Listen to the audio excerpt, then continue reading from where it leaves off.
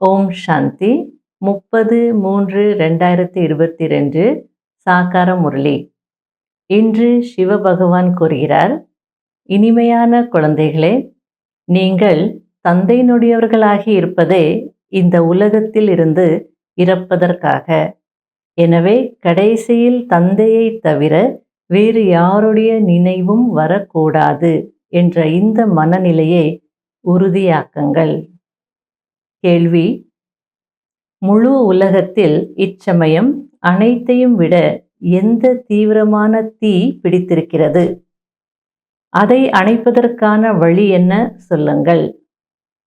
பதில்: முழு உலகத்தில் இச்சமயம் காமம் என்ற தீ பிடித்திருக்கிறது. இந்த தீ அனைத்தையும் விட மிகவும் தீவிரமானது. இந்த தீயை அணைக்கக்கூடிய ஆன்மீக தொண்டு நிறுவனம் ஒன்றே ஒன்றுதான். அதற்காக நீங்கள் உங்களை தீயணைப்பு படையினராக ஆக்கிக்கொள்ள வேண்டும். யோக பலம் இல்லாமல் இந்த தீயை அணைக்க முடியாது. காம விகாரம்தான் அனைத்தையும் சர்வநாசம் செய்கிறது. எனவே இந்த பூதத்தை விரட்டுவதற்கான முழு முயற்சி செய்யுங்கள்.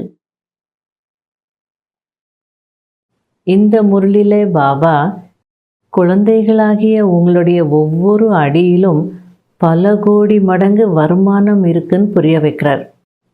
இது பேசாமல் சும்மா இருந்து சம்பாதிக்கக்கூடிய வருமானம் அப்படின்னு சொல்கிறார். யோகா பண்ணாலும் வருமானம், ஞான சிந்தனை செய்தாலும் வருமானம், தாரணையில் கூட வருமானம், அமைதியாக இருந்தீங்க, பொறுமையாக இருந்தீங்கன்னா வருமானம், பிறருக்கு செய்கை காட்டினீங்கன்னா அதில் கூட வருமானம். ஆகையால் வருமானமே வருமானம், சக்தி வாய்ந்த வருமானம், அதிக வருமானம் அப்படின்றார். ஆகையால் கர்மேந்திரியங்கள் மூலமாக கர்மா செய்யுங்க. ஆனால் உள்ளம் ஒரு மணமகனிடம், ஒரு பாபாவிடம் இருக்கட்டும், அவ்வளோதான். அப்படி இருந்ததுன்னா உங்களுடைய வாழ்க்கை என்ற படகு கரை சேர்ந்து விடும் அப்படின்றார். சத்யுகம் என்பது நன்மை நடக்கக்கூடிய கல்யாணக்காரி சொர்க்கம். கலியுகம் என்பது தீமை நடக்கக்கூடிய அகல்யாணக்காரி நரகம். ராவணன் அகல்யாணக்காரி, ராமர் கல்யாணக்காரி. இப்படி சிந்திக்கணும் அப்படின்னு புரிய வைக்கிறார். நீங்கள் வேலைகள் செய்துட்டு இருந்தாலும் புத்தியில் ஞானம் இப்படி சொட்டி கொண்டே இருக்கணும். ஸ்ரீமத் படி நடக்கிறதுக்கு முதல்ல உங்களுக்கு நிச்சயம் இருக்கணும். ஸ்ரீமத் என்ன சொல்கிறதோ அதையே செய்வோம் என்ற மனநிலை இருக்கும் போது உங்களுக்கு பாபா ஸ்ரீமத் கொடுப்பார். பிறகு என்ன உங்களுக்கு ஸ்ரீமத் கிடைக்கிறதோ அதன்படி நடக்கணும். காமத்தீயை அணைக்கிறதுக்கு உங்களுக்கு நீங்களே ஃபயர் பிரிகேட் ஆகணும் அப்படின்றார். அதாவது தனக்குத்தானே தீயணைப்பு படை வீரராக ஆகணும். யோக பலம் இல்லாமல் இந்த தீயை அணைக்க முடியாது. இது ரொம்ப தீவிரமாக பரவக்கூடிய தீ அப்படின்றார். இந்த காம அக்னியில் கூட சத்தோ ரஜோ தமோ நிலைகள் இருக்குது. இந்த விகாரத்தை இல்லாமல் வாழவே முடியாதுன்னு யார் நினைக்கிறாங்களோ அல்லது யார் அப்படி இருக்காங்களோ அவங்க அந்த தமோ நிலையில் இருக்கக்கூடியவங்க, தமோ பிரதான அக்னியில் இருக்கக்கூடியவங்க அப்படின்னு புரிய வைக்கிறார். முரளியின் பாடல்: அவையில் எழுந்தது ஜோதி விட்டில் பூச்சிகளுக்காக. ஓம் சாந்தி. நல்ல நல்ல சேவை செய்யக்கூடிய குழந்தைகள் இந்த பாடலின் அர்த்தத்தை நல்ல விதத்தில் புரிந்து கொண்டு விடுவார்கள். இந்த பழைய உலகத்திலிருந்து இறந்து நம்முடைய பரந்தாமத்திற்கு செல்வதற்காக நாம் தந்தையினுடையவராக ஆகிறோம் என்பதை குழந்தைகள் அறிந்திருக்கிறீர்கள். இந்த முயற்சியை ஒரு தந்தையை தவிர வேறு யாரும் செய்விக்க முடியாது. அதாவது தந்தையினுடையவராகுவது, உயிரோடு இருப்பது, பரந்தாமத்திற்கு செல்வது, இந்த முயற்சி பாபாவை தவிர வேறு யாரும் செய்விக்க முடியாது. என்னுடையவராக ஆகும்போது நீங்கள் இந்த உலகத்திலிருந்து இறக்க வேண்டியதாக இருக்கும் என்று தந்தை கூறுகிறார். கடைசி நேரத்தில் ஒரு தந்தையை தவிர வேறு யாருடைய நினைவும் வரக்கூடாது. அப்படிப்பட்ட நிலை உறுதியானதாக இருக்க வேண்டும். ஆத்மாக்களாகிய விட்டில் பூச்சிகளை திரும்பி அழைத்து செல்வதற்காக ஒளியாக இருக்கக்கூடிய சிவபாபா வந்திருக்கிறார் என்பதை குழந்தைகளாகிய நீங்கள் அறிந்திருக்கிறீர்கள். பழைய உலகத்தின் அழிவு ஏற்பட்ட பிறகு புதிய உலகத்தின் ஸ்தாபனை எப்படி நடக்கிறது? இது சங்கமத்தில்தான் காட்டப்பட்டிருக்கிறது. இரண்டும் ஒரே நேரத்தில் இருக்க முடியாது. ஒன்று அவசியம் அழிந்தே ஆக வேண்டும். இல்லை சொர்க்கம் இருக்கணும், இல்லை நரகம் இருக்கணும். பூதங்களை விரட்டுவதற்கான முயற்சி செய்ய வேண்டும். முதலில் காமத்தீயை அணைக்க வேண்டும். தனக்குத்தானே தீ அணைப்பு படை வீரராக ஆக வேண்டும். இந்த தீ அனைத்தையும் விட தீவிரமானது மற்றும் முற்றிலும் அசுத்தமானது. யோக பலம் இல்லாமல் இதை அணைக்க முடியாது.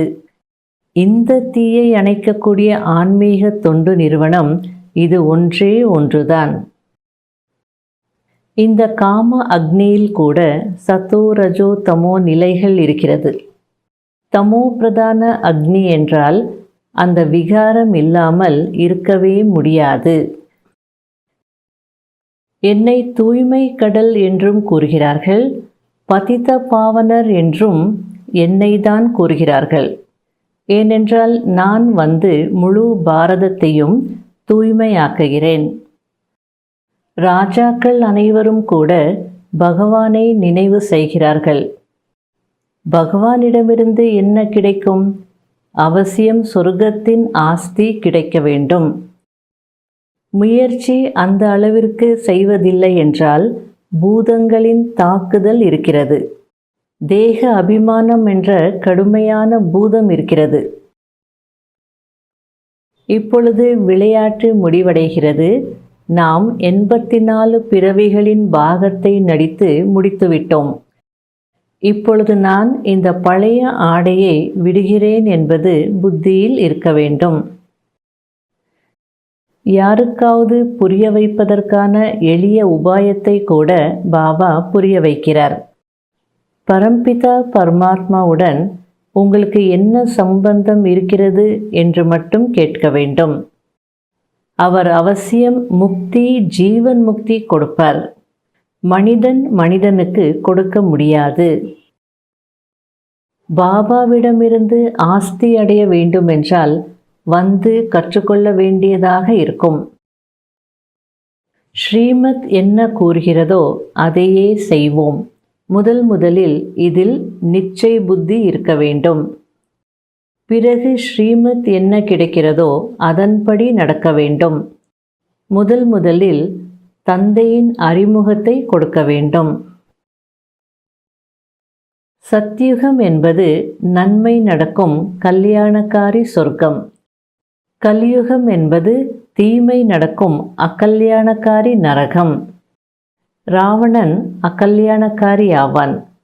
ராமர் கல்யாணக்காரி ஆவார். இந்த ஞானம் குழந்தைகளின் புத்தியில் சொட்டிக்கொண்டே இருக்க வேண்டும்.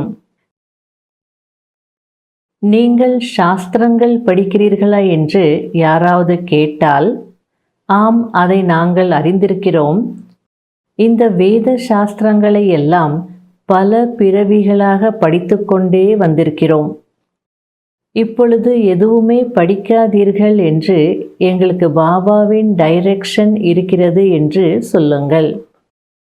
அதாவது பாபா எவ்வளோ அழகாக யுக்தி சொல்கிறார். யாராவது நீங்கள் சாஸ்திரங்கள் எல்லாம் படிக்கிறீங்களா அப்படின்னா, இல்லை படிச்சிட்டோம் அப்படிலாம் சொல்லாமல், பல பிறவிகளாக இதே தான் நாங்களும் படிச்சுட்டு வந்தோம். இப்போ எங்களுக்கு பாபா கிடைச்சிட்டாரு, ஞானம் கிடைச்சது. ஆகையால் தந்தையினுடைய டைரக்ஷன் இப்போ நீங்கள் சாஸ்திரங்கள் எல்லாம் படிக்க வேண்டிய அவசியமே இல்லை, என்னை நினையுங்கன்னு சொல்லி கொடுக்குறார். அந்த முயற்சியில் நாங்கள் இருக்கிறோம் அப்படின்னு யுக்தியாக சொல்லுங்கள். நான் என்ன கூறுகிறேனோ அதை கேளுங்கள், என்னுடைய வழிப்படி நடங்கள், என்னை நினைவு செய்யுங்கள், அப்பொழுது பாவ கர்மங்கள் அழிந்து போகும் என்று தந்தை கூறுகிறார் என்பதை புரிய வையுங்கள். தர்ம ஸ்தாபனைக்காக எவ்வளவு கஷ்டப்பட வேண்டியதாக இருக்கிறது. குழந்தைகளாகிய உங்களுடைய ஒவ்வொரு அடியிலும் பல கோடி மடங்கு வருமானம் நிரம்பி இருக்கிறது. மிகவும் சக்தி வாய்ந்த வருமானம் ஆகும். சுயம் பகவான் ஆலோசனை தருகிறார். அந்த ஆலோசனைப்படி நடப்பதினால் சொர்க்கத்தை சென்று சேர்ந்து விடுவீர்கள். ஆனால் சொர்க்கத்திலும் கூட உயர்ந்த பதவி அடைய வேண்டும். இது பேசாமல் சும்மா இருந்து சம்பாதிக்கக்கூடிய வருமானம். எவ்வளோ அழகாக பாபா சொல்கிறார். சும்மா இருந்தாலே போதும், சும்மா இருந்து பாபாவை நினச்சிட்டே இருந்தாலே எவ்வளோ உங்களுக்கு வருமானம் கிடைக்குது அப்படின்றார். உலகத்தில் சும்மா இருந்தால் எந்த வருமானமும் கிடைக்காது. ஆனால் இந்த ஆன்மீக வருமானம் சும்மா இருந்தால்தான் கிடைக்கும். அப்படின்னா அமைதியாக இருக்கணும், மௌனமாக இருக்கணும், உள்ளுக்குள்ளே முயற்சி செய்யணும். கர்மேந்திரியங்கள் மூலமாக கர்மம் செய்யுங்கள், ஆனால் உள்ளம் மணமகன் பக்கம் இருக்கட்டும். அவ்வளவுதான், படகு கரையேறிவிடும். இது மிகவும் அதிக வருமானம் கிடைக்கும் சம்பாதனை ஆகும். பாபாவின் சேவையில் இருப்பதினால் ஆட்டோமேட்டிக்காக நிறைய வருமானம் கிடைக்கிறது. நல்லது. இனிமையிலும் இனிமையான காணாமல் போய் கண்டெடுக்கப்பட்ட செல்ல குழந்தைகளுக்கு மாத் பிதா பாப் தாதாவின் அன்பு நினைவுகள் மற்றும் காலை வணக்கம். ஆன்மீக குழந்தைகளுக்கு ஆன்மீக தந்தையின் நமஸ்காரம். கடைபிடிக்க வேண்டிய முக்கியமான சாராம்சம். முதல் பாயிண்ட், இப்போது இந்த நாடகம் முடிந்துவிட்டது. நாம் திரும்பி முக்திதாமத்திற்கு செல்ல வேண்டும். இந்த குஷியில் இருந்து பழைய தேகத்தின் அபிமானத்தை விட்டுவிட வேண்டும். இரண்டாவது பாயிண்ட், ஒரு தந்தையின் வழிப்படி நடக்க வேண்டும். தந்தைக்கு தன்னுடைய வழியை சொல்லக்கூடாது. நிச்சய புத்தி உடையவராகி தந்தையிடம் இருந்து கிடைத்திருக்கும் ஸ்ரீமத் படி நடந்து கொண்டே இருக்க வேண்டும். வரதானம். பல்வேறு நிலைகளின் ஆசனத்தில் ஒருமுகப்பட்டு அமரக்கூடிய ராஜயோகி சுயராஜ்ய அதிகாரி ஆகுங்கள். ராஜயோகி குழந்தைகளுக்கு விதவிதமான மனநிலைகள்தான் ஆசனமாகும். சில நேரம் சுயமரியாதையின் நிலையில் நிலைத்து விடுங்கள். சில நேரம் பரிஷ்தா நிலையில், சில நேரம் லைட் ஹவுஸ் மைட் ஹவுஸ் நிலையில், சில நேரம் அன்பு சுரூபத்தில் மூழ்கிய நிலையில் நிலைத்து விடுங்கள்.